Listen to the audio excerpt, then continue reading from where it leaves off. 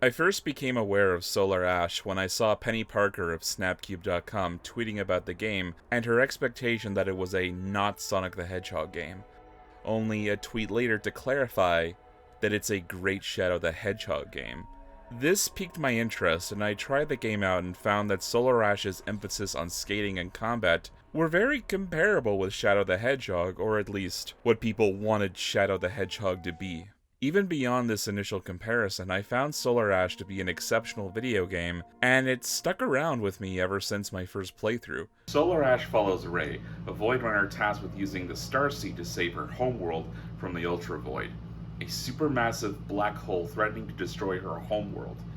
She emerges into the Ultra Void after an encounter with an entity called Echo, and after reactivating her robot assistant Sid, sets to go after several anomalies that are disrupting the Starseed's activation. She encounters several passerbys in the Ultra Void, discovers caches containing her teammates' last known transmissions, and fights the massive anomalies. As a 3D platformer, Solar Ash sets itself apart from others with momentum-based movement, rather than traversing the level itself. Doing everything quickly and keeping the momentum going is what makes Solar Ash such a joy to play. And it's what makes the rest of the game such a unique experience. Control in any 3D game is an imperative part of the development, and that's emphasized further when making a platformer. They live or die by their controls, and it can be difficult to just meet the standards of competency. Production of Super Mario 64 was entirely focused on making controlling Mario fun, and it's due to this that it's made the game such a success. When the series came to 3D, translating the speed and exploration of Sonic the Hedgehog has proven to be an endeavor that Sega are still trying to master, but Sonic Adventure's slower and more methodical approach to platforming in comparison to other games meant that the challenge came from mastering the controls to fully explore the environment, after the dazzlement of the game's roller coaster sections wore off. SpongeBob and Battle for Bikini Bottom is an example where on the surface, SpongeBob controls well, but thanks to the diligence of a later player base, when it comes to speedrunning Battle for Bikini Bottom, SpongeBob's playstyle becomes entirely focused on complex and fast-paced movement that demands a great level of skill from the player. Solar Ash's controls are easy to learn, and the primary fun in Solar Ash comes from mastering its controls. By holding down the trigger, Ray will ice skate across all surfaces. It feels intentionally slippery, but with Ray carrying so much weight, it's never too loose. Mistakes are easy to rectify with a double jump, and travel time is kept short. Solar Ash's levels are designed very horizontally, and what would make for tedious travel time, the level of speed achievable never makes this an issue. Its levels are playgrounds where testing out what Ray is capable of is the result of the primary objectives.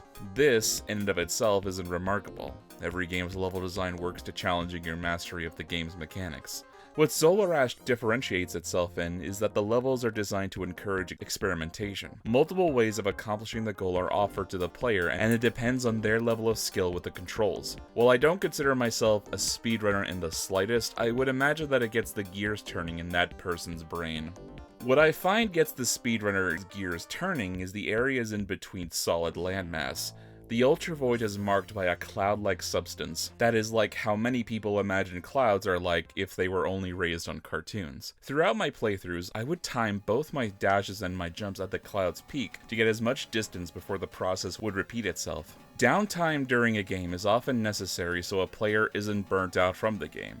But how games handle downtime is different with every developer. Solar Ash's downtime still pulls you into the game and makes you think of its mechanics as you're going in between objectives. This can result in the game being difficult to keep playing if you're the sort of person who's easily fatigued by long play sessions. But overall, I would say that this is Solar Ash's biggest strength, giving you playgrounds to truly test out the game's mechanics and the downtime that encourages players to go as fast as possible. Now that I've said that, the comparisons to Sonic the Hedgehog are even more blatant. But that's a good thing. There are portions later on in the game where the gravity shifts in a manner similar to Super Mario Galaxy. Or, if you want to score some chili dog points, Mad Space in Sonic Adventure 2. These moments are exhilarating when the center of gravity shifts, particularly during the acid world where there's a long tube you go across. That said, the gravity isn't heavily tied into the game's mechanics, at least not to the same degree as Super Mario Galaxy. In that game, Mario could long jump across planetoids to reach different platforms and skip huge chunks of the level design. Here, the gravity isn't as fast or loose as it is in that game, and ledges that seem like you could reach from your perspective aren't reachable. This wouldn't be as big of an issue, but Solar Ash is already designed so that finding ways of crossing gaps in unique ways, so being prevented from what seems crossable seems like a lost opportunity. The objectives of every level are to find several anomalies scattered around and eliminating them before tackling the boss. These act as brief obstacle courses where Ray must quickly attack several weak points before delivering the coup de grace to an eyeball. When all of these eyeballs are poked, the boss becomes active. A good majority of these are simple to get through, but there are a few that were head-scratchers. After striking the first weak point, a time limit is placed on the player that will either reset when another weak point is struck, or runs out and the resulting black pudding turns red hot and instantly kills Ray if she contacts it.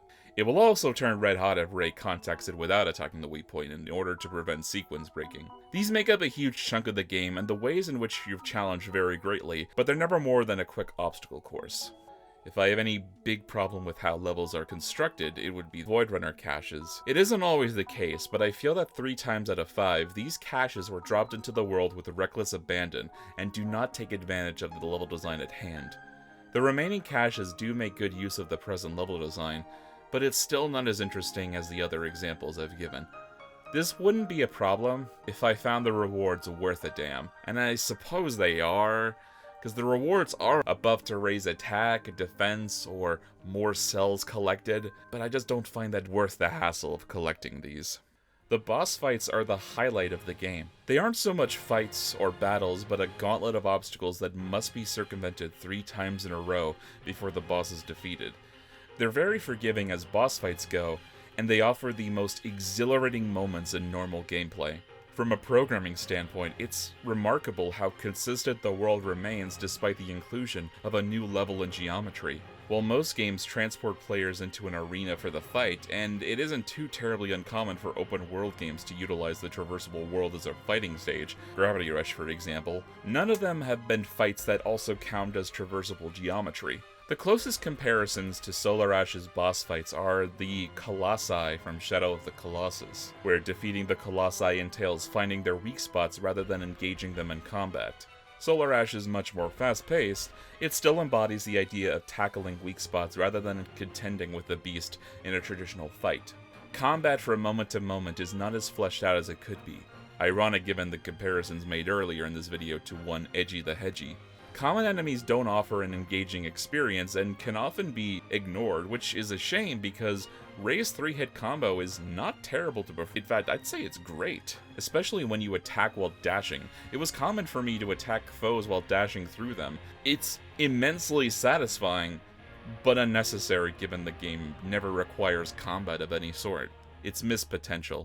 What I feel most conflicted about Solar Ash is actually its story. A beginning. Around we go.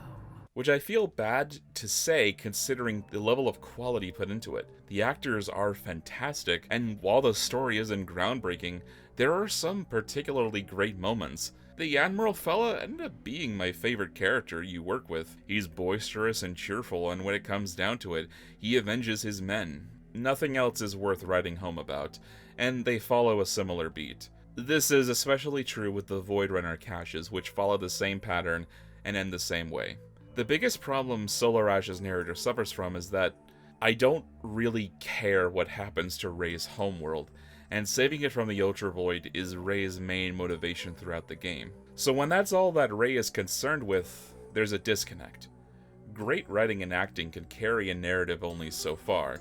If I'm not given a reason to care about what happens, then why should I bother with the story? Solar Ash was a great experience, and it's one I could recommend to anyone looking for a fast-paced experience in a 3D platformer. Although it misses the mark in combat and narrative, it's more than makes up for it with its excellent movement and controls.